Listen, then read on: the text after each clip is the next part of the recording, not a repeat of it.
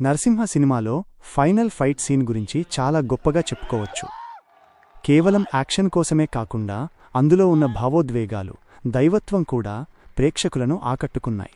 అద్భుతమైన విజువల్స్, ఆ సీన్లో ఉపయోగించిన గ్రాఫిక్స్ చాలా హై లెవెల్లో ఉన్నాయి. హిరణ్యకశిపుడు నరసింహస్వామిపై దాడి చేసే తీరు, ఆ సమయంలో నరసింహస్వామి రూపం మారడం వంటివి చాలా అద్భుతంగా చూపించారు. అదంతా చూస్తుంటే మనం నిజంగా ఆ యుద్ధాన్ని ప్రత్యక్షంగా చూస్తున్నట్లే ఉంటుంది.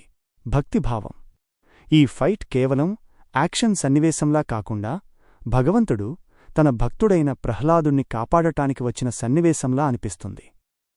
అందుకే ఫైట్ చూస్తున్నప్పుడు భక్తిభావం కూడా కలుగుతుంది.